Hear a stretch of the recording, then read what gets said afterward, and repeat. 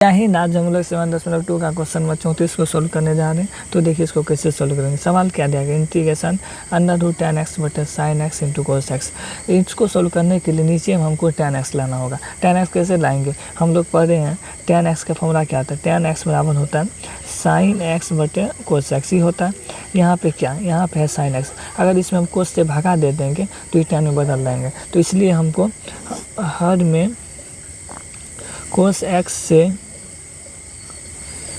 गुना तथा भाग करने पर इसको सॉल्व करने के लिए हमें cos x से हर में गुना और भाग करना होगा। तो देखिए आगे कैसे करते हैं। सर इंटीग्रेशन अंडर रूट क्या दिया, tan x और है क्या sin x into cos x. इसमें किससे गुना और भाग कर देंगे, कोस एक्स से गुना कर देते हैं और कोस एक्स से भाग भी कर देते हैं। नीचे में होता है तो भाग ही होता है। तो integration under root tan x, हमको पता है क्या sin x बटे कोस एक्स। sin x बटे कोस एक्स क्या होगा, tan x गुना कोस एक्स क्या होगा, कोस स्क्वायर एक्स dx। यहाँ पे देखिए क्या अंडर रूट tan x, यहाँ पे tan x। अगर यहाँ a लिखा हो, a को हम ऐसे लिख सकते हैं √a गुना √a, क्या कि इसका गुना करेंगे तो फिर a ही आएगा। तो इसी तरह integration under root tan x है। तो ये tan x को हम कैसे लिख सकते हैं, अंडर रूट tan x गुना यहाँ पे कोस स्क्वायर एक्स dx ही लिख लेंगे। तो देखिए यहाँ पे tan x कैंसिल हो जाएगा, कुछ नहीं तो 1 बचेगा।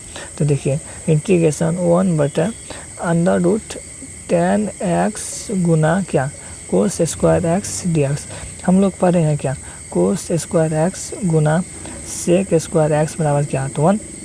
तो कोस स्क्वायर एक्स बराबर देखिए, तो सेक स्क्वायर एक्स बराबर क्या होगा 1 बटे कोस स्क्वायर एक्स। तो यहाँ क्या 1 बटे कोस स्क्वायर एक्स, 1 बटे कोस स्क्वायर एक्स किसके बराबर है, सेक स्क्वायर एक्स।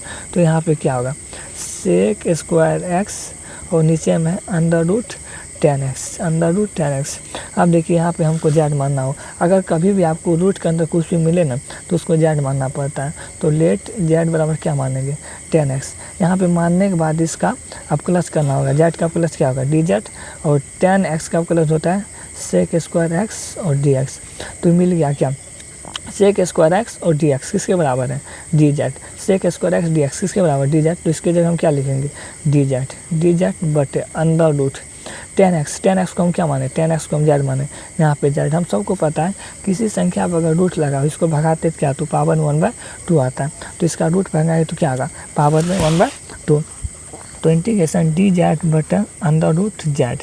तो आगे बढ़ते हैं, देखिए dz बटे जेड का रूट भगाएंगे तो इस पर पावर कितना होगा 1/2। हम सबको पता है अगर a बटे 1 लिखा इसको ऊपर ले जाएंगे तो a इनवर्स हो जाता। अगर 1 बटे a स्क्वायर लिखा तो इसको ऊपर ले जाएंगे तो क्या a पावर -2 हो जाता है। इसी तरह यहाँ पे क्या 1 बटे जेड स्क्वायर, इसको ऊपर ले जाएंगे तो क्या होगा जेड पावर -1/2 dz। और इंटीग्रेशन का नियम क्या होता है, पावर में एक जोड़ के पावर को नीचे करना। अगर हमको x पावर n का इंटीग्रेशन करने के लिए दे तो इसको क्या होता है x पावर n + 1 बटे n + 1 पावर के n, पावर में एक जोड़ दिया और पावर को नीचे कर दिया। यहाँ पावर -1/2 है, -1/2 में एक जोड़ेंगे, इसके नीचे में कुछ नहीं तो 1, 2 और 1 का सेम 2 कैंसिल, -1 यहाँ पे और 2 यहाँ पे। तो 2 में से 1 घटाएंगे 1 और 2 नीचे में क्या होगा 1/2। तो 1/2 जेड पावर 1/2, यही 1/2 को कहाँ नीचे कर देना dz।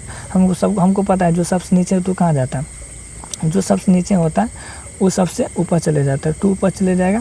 यहाँ पे क्या जेड पावर 1/2 प्लस c तो 2।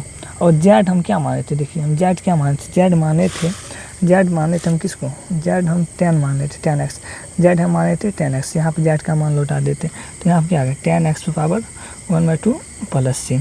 देखिए 1/2 भागेगा तो क्या आ गया संख्या पे tan x पर रूट आ जाएगा और प्लस c, यही हमारा फाइनल आंसर हो जाएगा।